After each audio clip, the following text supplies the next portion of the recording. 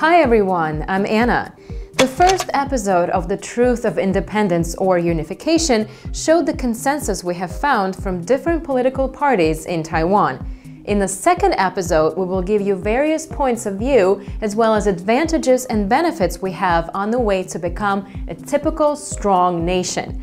For instance, although we're not a member of the United Nations, yet the number of countries that have granted visa waiver privileges to Taiwanese passport holders has increased to 111, more than that of the PRC. 中华民国的护照 People holding a Republic of China passport now enjoy visa-free privileges when traveling to more than 100 countries. More than the number of countries that apply visa exemption for nationals of the People's Republic of China. When the issue is approached from this angle, it has become less apparent which of the two options is better. Joining the United Nations to forge diplomatic ties with numerous nations or maintaining existing diplomatic relations with current, albeit smaller, allies. This is a topic that merits a debate between the two major political parties in Taiwan.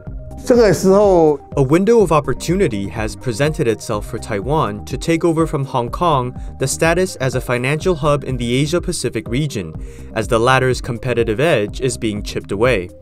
In this year's presidential election, Kaohsiung Mayor Han Kuo-yu has proposed two policies aiming to establish Taiwan as the center of financial innovation and credit access in the Asia-Pacific region. Should he be elected president, he will work tirelessly to promote Taiwan as the region's center of investment and financial innovation. Taiwan's primary advantage is sufficient capital and an abundance of businesses overseas. Taiwanese investors' trails can be seen all across Asia. The government should enact policies that will attract them to invest more in their home country. Plus, Taiwan is relatively competitive with regard to financial product innovation. President Tsai Ing-wen and her team have not given up on maintaining the economic, trade, and cultural exchanges with the Chinese Communist Party and the Chinese people, and neither have the people of Taiwan. We keep on trying to tell middle voters that after more than 2 decades of the development of democracy in Taiwan, we are gradually improving. The middle voters are very important to this development in Taiwan. Only if we stand out bravely to freely express what we really think, we could have a way to teach and warn those who stubbornly support the blue and green. This is extremely important. As opportunities are created by fundamental social processes involving the reaction of other sides, when we are focusing on what we could achieve, we still need to be careful of the risks that may arise along with other opportunities, such as so-called forced unification. 中共执政力当一旦受到挑战的时候 When the Chinese Communist Party's legitimacy to rule is challenged, it will inevitably lead to a military confrontation between China and Taiwan. This is the biggest challenge Taiwan faces, as it is a battle that the Chinese Communist Party cannot afford to lose. It is also a huge political consideration. If the attempt fails, not only will the leader lose their grip on power, the communist regime may also collapse along with it. Invading Taiwan is a decision that has to be weighed carefully. If a country does not capitulate to the threat of a pending military invasion, or if there are no planted agents or quislings within a country, then I believe it will be determined to fight to the bitter end. In that regard, the invaders will think twice about whether or not to launch an attack. On the other hand, if the invader thinks that as soon as the war starts, Taiwan will immediately surrender or falter in the commitment to fight, it will have all the more reasons to engage in a full-on assault. Therefore, I think that in addition to military capabilities, possessing a strong sense of national identity and determination of self-defense is the best deterrent to Chinese military aggression. 我们这一次的选举最重要的宣扬 The most important thing in this election is to publicize the idea that facing China's military aggression, Taiwan should emulate the way in which Tokugawa Yoshinobu peacefully transitioned the political power to the imperial court at the end of the Edo period. After all, only under a secured environment can Taiwan usher in prosperity to its citizenry. 就2000年以后 After 2000, the United States can no longer engage in two large-scale wars at the same time, and can only participate in some small, regional conflicts, such as those in Afghanistan or the Middle East. If the US is going to fight a superpower like China or Russia today, it cannot afford to disperse its forces across two battlefields, as the war effort will not be able to be sustained by its military and financial resources. Therefore, were China to invade Taiwan, the US has to take into account whether there is a large-scale armed unrest or civil war taking place in the mainland. If that's the case, the People's Liberation Army will not be able to deploy a large number of troops to the southeast coast to deal with Taiwan, and the US will have a chance to win the war.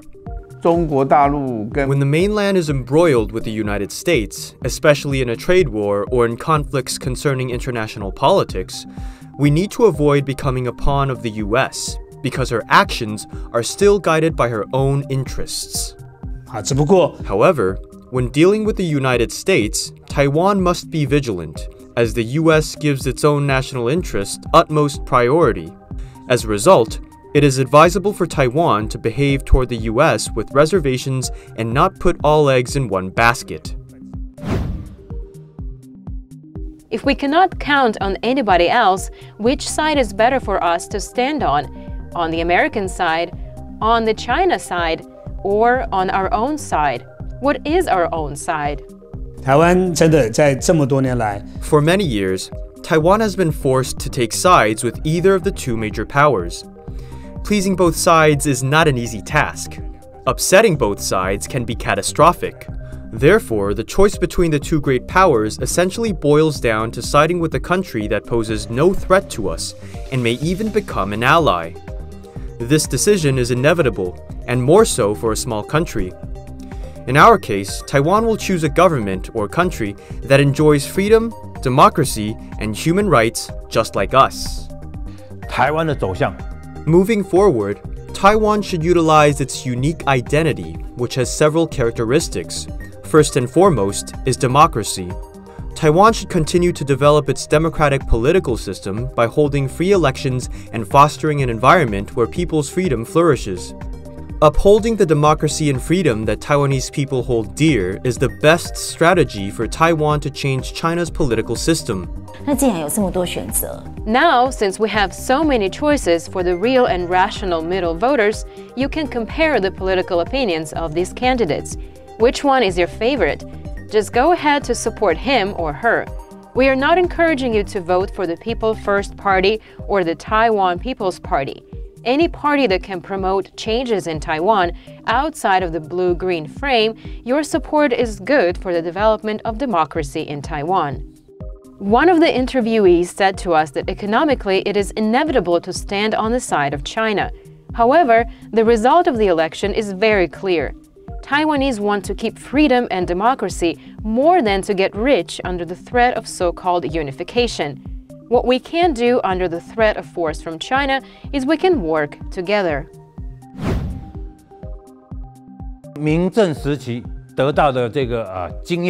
Taiwan can actually draw a few lessons from the end of the Ming Dynasty. First, in order to stay united, Taiwanese people need to transcend party lines and identity politics, which echoes one of Jiang Weishui's quotations, "Togetherness is strength." Second, a nation's economy cannot be undermined under any circumstances. The economy must continue to develop. In the twilight years of the Ming Dynasty, Taiwan's economy was in tatters due to the measures taken by the Qing emperors. The island's economy was so isolated that it was not able to sustain the Taiwan-based anti-Qing loyalist movement.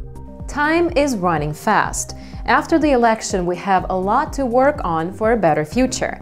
Just like the old saying goes, united we stand, divided we fall. No matter what political affiliation we have, it is time to get together with a decision of the majority.